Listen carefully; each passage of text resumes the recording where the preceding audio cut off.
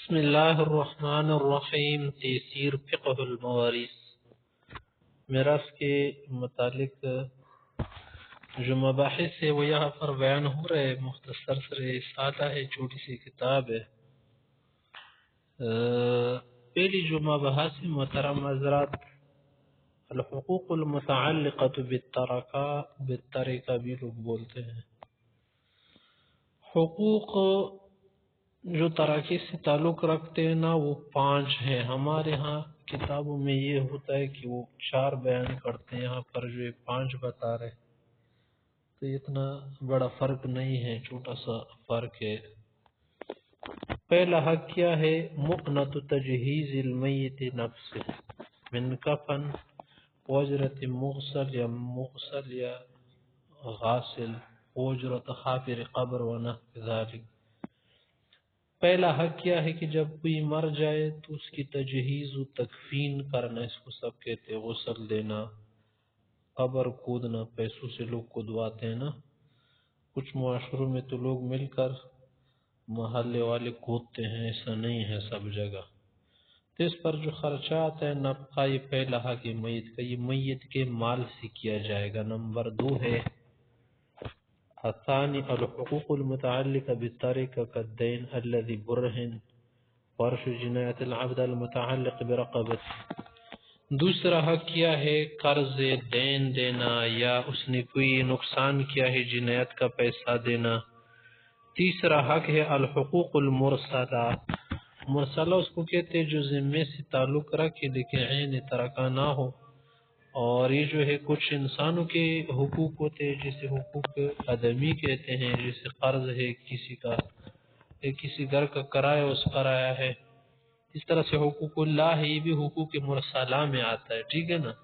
جیسے زکوٰۃ ہے، زکوٰۃ اس نے نہیں دی زندگی میں، نظر ہے اس نے کی تھی، یا کفار اس پر رہ گیا تھا، وغیرہ وغیرہ، اس طرح سے، ٹھیک ہے نا۔ یہ جو ہے کیا کہلاتے؟ حقوق مرسلہ کہلاتے ہیں۔ چوتھے نمبر پر محترم حضرت جو حق تعلق رکھتا ہے میت کی تراکی سے، جو رہ جائے میت سے، اس کو کہتے ہیں الوصایا۔ جو وصیت اس نے کی ہے نا، وہ نافذ کی جائے گی ثلث سے، تیسرے حصے سے۔ جو 5ویں نمبر پر جو حق الارث، اس کے بعد میراث شروع ہو جاتی ہیں، میراث سٹارٹ ہو جاتی ہے، میراث دے دی جاتی ہے، ٹھیک ہے نا۔ یہاں تک بات ہو گئی۔ آگے محترم حضرات المبحث الرابع میں مختصراً ہم بتانے والے کہ دیکھیں، یہ جو اللہ نے میراث کا سلسلہ جاری فرمایا ہے، اس میں حکمت کیا ہے؟ تو حکمت بہت کچھ جوانب ہے۔ دیکھیں، پہلی جانب اور پہلی بات یہ ہے کہ الحث علی العمل، عمل کے اوپر ابارنا، برانگیختہ کرنا۔ وہ یہ ہے کہ ان شخص اذا عرف ان ثروته ستنتقل بعد وفاته الى اولاده واقاربه واحبابه بذل وسعه في تحصيلها والمحافظة عليها، کہ جب انسان کو پتہ چل جائے کہ میری موت کے بعد میرا سارا پیسہ، میراث، دولت سب میری اولاد کی طرف یا قریب و احباب کی طرف جائے گا یا جائے گی، یہ جو دولت یا پیسہ ہے، تو اس میں وہ جو ہے کیا کرتا ہے؟ کوشش کرتا ہے، کیونکہ کسی اور کے لیے تو نہیں نا، اجنبیوں کے لیے، اپنوں کے لیے رہ جاتا ہے۔ اور ساتھ ساتھ میں یہ بات بھی ہے نا کہ کیا کر لیتا ہے؟ حفاظت کرتے اس کی۔ دوسری جانب تکافل الاجتماعی، کفالت کر رہے ہیں نا دوسروں کی، وہ کیا ہے کہ جو اقارب میں رابطے ہیں اس کو مضبوط کرنا ہے۔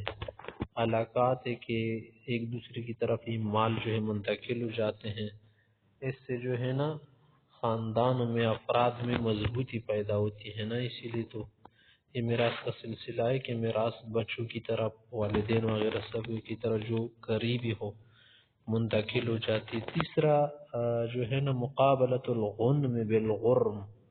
کیا مقصد ہے کہ کسی شخص کا جو پیسہ رہ جاتے یا ترکہ، جو مال میں شریک ہو ساتھ نہ، تو وہ بھی کیا ہے اس کے ساتھ شریک ہو جاتے، کیونکہ یہ آدمی اس کا قریب ہوتا ہے۔ جیسے انسان نفع کے لیے خوش ہوتے، اس طرح سے تاوان بھی دینا پڑتا ہے۔ تاوان کے لیے بھی رضی رہنا پڑتا ہی نہیں کہ صرف فائدہ اٹھاؤ اور نقصان کے لیے تیار نہ ہو. تو جو شخص اس کے ساتھ مال میں شریک ہونا حصول میں وہ بھی اس کے ساتھ شامل ہو جائے گا. کیا معنی کہ میراث کا حق ہو جائے گا اس میں. وتحمل النفقات والواجبات، جو نفقہ یا خرچہ انسان کے اوپر لازم آتا ہے تو اس کی وجہ سے. تیسری صورت توزیع الثروہ، کہ جب آدمی میت ہو جاتا ہے تو جو ثروت دولت پیسہ ہے اس کو تقسیم کرنا ہے. کسی ایک شخص کو نہیں دینا ہے کہ اس کا دائرہ کم ہو جائے، بلکہ وہ جو ہے نا تقسیم ہو جائے متعدد جہات میں. فی جہات متعددہ، متعدد جہات میں ہو، طرفوں میں.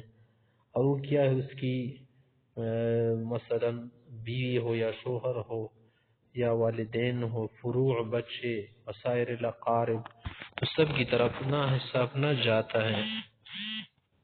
ایسا نہیں کہ کسی خاص طبقے کے پاس جو ہے نا اس کا مال رہ جائے. پھر محترم حضرات، یہ جو میراث ہے نا اس میں تفاضل بھی ہوتا ہے. تفاضل کا معنی ہے کہ کچھ ورثہ ایک دوسرے سے درجے میں بڑے ہوتے ہیں، اور یہ تفاضل کبھی اصل میں ہوتا ہے، اصل اس میں حکمت ہے، اور یہ جو حکمت ہے کبھی اصل تفاضل میں ہوتا ہے. محترم حضرات کی اصل تفاضل کس وجہ سے، اور کبھی جو حکمت اس میں ہے کہ یار مرد کو جو ہے نا فضیلت دی گئی ہے عورت پر، وہ اس طرح سے کہ اگر ایک والد مر جائے تو اس کی بچی کو ایک حصہ ملے گا، اور جو اس کا بیٹا ہے اس کو ڈبل حصے ملیں گے. تو یہ جو اصل تفاضل ہے نا اس میں یہ باتیں ہیں کہ دیکھیں اصول و فروع میں تفاضل اس وجہ سے کہ دیکھیں قرب الفرع من نفس الموروث، بچہ بیٹا یہ اولاد کی بچہ یا بیٹا یہ جو ہے اولاد ہے، یہ جو ہے والدین کو زیادہ قریب ہوتے ہیں نا. ٹھیک ہے، ہر آدمی اولاد سے زیادہ محبت کرتا ہے. ان المورث يعطف على اولاده اکثر من ای شخص. ٹھیک ہے، افادۃ الفرع للمورث، اور ساتھ میں بچوں سے فائدہ بھی زیادہ ہوتا ہے، کیونکہ حدیث میں بھی آیا ہے کہ اگر نیک اولاد ہو تو اس کا فائدہ جو ہے نا موت کے بعد بھی جاری ہوتا ہے. اسی لیے جو ہے نا اللہ تعالیٰ نے یہ سلسلہ جاری فرمایا ہے اس خاص طرح سے. اور فرع جو ہے نا اس کی حاجت بھی زیادہ ہوتی ہے اصل کے مقابلے میں. فرع اولاد کو کہتے ہیں، یہاں پر شاخ کو نہیں کہتے. ٹھیک ہے، اور ساتھ میں جو ہے نا ایک اور بات ہے کہ مشارکت الفرع للاصل بکسب المال الموروث، بچے بھی کبھی شریک ہوتے ہیں، ساتھ میں کما رہا ہوتا ہے. اور ایک جو تفاضل پھر دوسرے لوگوں بھی ہوتے ہیں، اس کو تفاضل بین الحواشی کہتے ہیں. جیسے بھائیوں میں تفاضل ہے، مثلا بھائی ہیں ماں کی طرف سے ہیں، بھائی ہیں صرف والد سے کی طرف سے ہیں، اور بھائی ہیں ماں باپ دونوں میں شریک ہے، ان کو اشقاء کہتے ہیں. اور ایک لفظ جو ہے نا مفرد اس کا شقیق استعمال ہوتا ہے، اس میں بھی وارث موروث کو نفع دیتا ہے یا اس میں قربت زیادہ ہوتی ہے، ایک دوسرے کے قریب ہوتے ہیں.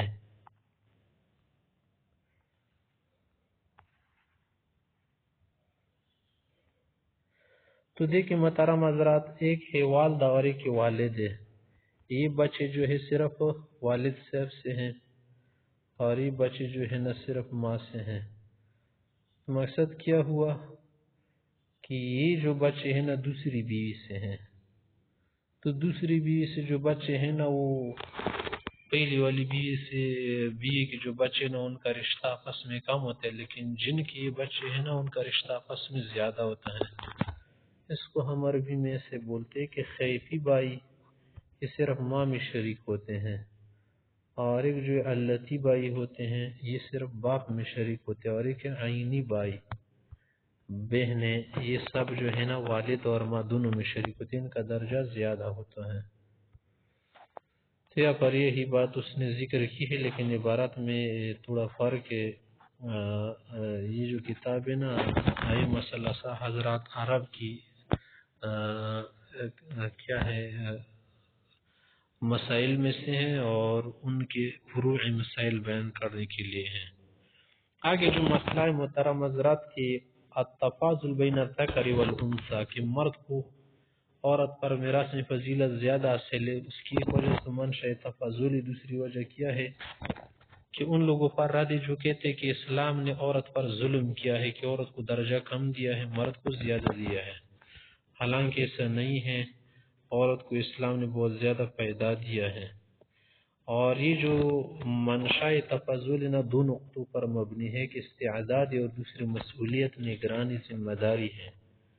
استعداد کا مقصد ہے کہ اللہ تعالی نے مرد کو جو طاقت دی ہے فطری طور پر، جبلی اور خلقی طور پر، وہ عورت سے زیادہ ہے، اور مرد میں تحمل ہوتا ہے، برداشت ہوتا ہے، قوت ضبط ہوتی ہے، اور عورت میں ایسا نہیں ہوتا، عورت بہت کمزور ہوتی ہیں، وہ جذباتی ہوتی ہیں، بہت سارے میدانوں میں عورت مرد کا مقابلہ نہیں کر سکتی۔ فلديه القدرة على عمارة الأرض بالحرث والزراعة والبناء والتعمير، والقدرة على تنمية المال بالتجارة والبيع والشراء وتحمل الأسفار في سبيل ذلك، ولديه القدرة الذهنية على إدارة الأعمال وتوجيهها۔ تو یہ فرما رہے کہ دیکھیں مرد کے پاس طاقت زیادہ ہے، زمین آباد کرنا، کاشتکاری کرنا، بہت ساری قسمیں کرنا، تعمیرات کرنا، مینوفیکچرنگ کرنا، ایگریکلچر کرنا، اور ساتھ ساتھ میں ٹریڈنگ کرنا، تجارت کی تمام اقسام، بزنس، یہ سب مرد کر سکتا ہے، اور اس میں امپرومنٹ کرنا، زیادتی کرنا، نمو کرنا، بڑھوتری کرنا، اور بائنگ سیلنگ، یہ سب کام کرنا۔ اور اسی طرح سے مرد کے پاس ذہنی انٹیلیجنس بھی زیادہ ہے، یعنی جو ذہنی طاقت ہے نا، قدرت ہے وہ کہ کسی کام کو مینجمنٹ کر سکتا ہے، مینیجنگ کی طاقت اس میں زیادہ ہے عورت سے، اور ساتھ ساتھ صبر و تحمل، برداشت چیز زیادہ ہے۔ اما المرأة فإنها لا تستطيع القيام بهذه الامور، اور عورت ایسا نہیں کر سکتی۔ ہاں کچھ عورتیں مل سکتی ہے، لیکن اکثر کی بات ہو رہی نا، اور ویسے تو 100% میں اگر 2-3-4 عورتیں ملی یا 5% وہ ان کا اعتبار نہیں ہے، اصل میں اعتبار 100 میں سے 80% کا 70 کا ہوتا ہے نا، وہ مرد ہوتے ہیں، اور عورت جو اس میں ضعیف ہوتی ہے ایسا نہیں کر سکتی، جسمانی طور پر بھی ضعیف ہے، اور صبر تحمل برداشت نہیں ہے، اسی لیے تو طلاق کا مسئلہ بھی عورتوں سے لیا گیا ہے، مردوں کو دیا گیا کہ عورت جذباتی ہیں، وہ فوراً ہی طلاق دے دیتی ہیں، تو اس کا حل جو ہے نا مرد کے پاس ہے کہ وہ برداشت کر سکتا ہے۔ اور دوسری صورت جو ہے الوضع الوظیفی، عورت کا وظیفہ کیا ہے کہ یا تو بیوی رہے گی یا ماں بنے گی۔ فإن المرأة خلقت زوجة وأما، ٹھیک ہے نا، اگر عورت کیا بنے، ایک ماں کے طور پر بنے تو گھر کو سنبھالنا ہے، بچوں کی تربیت کرنی، رعایت کرنی، خیال رکھنا ہے، شوہر کا خیال رکھنا ہے، اور اس کے حقوق ادا کرنے ہیں۔ تو اگر ان چیزوں میں لگ جائے گی نا تو بہت سارے کام جو نہیں کر سکتی، اس لیے اس اعتبار سے جو نا مرد کو فضیلت عورت پر حاصل ہے، اور اس فضیلت کی وجہ سے مرد کا حصہ میراث میں زیادہ کیا گیا ہے عورت سے۔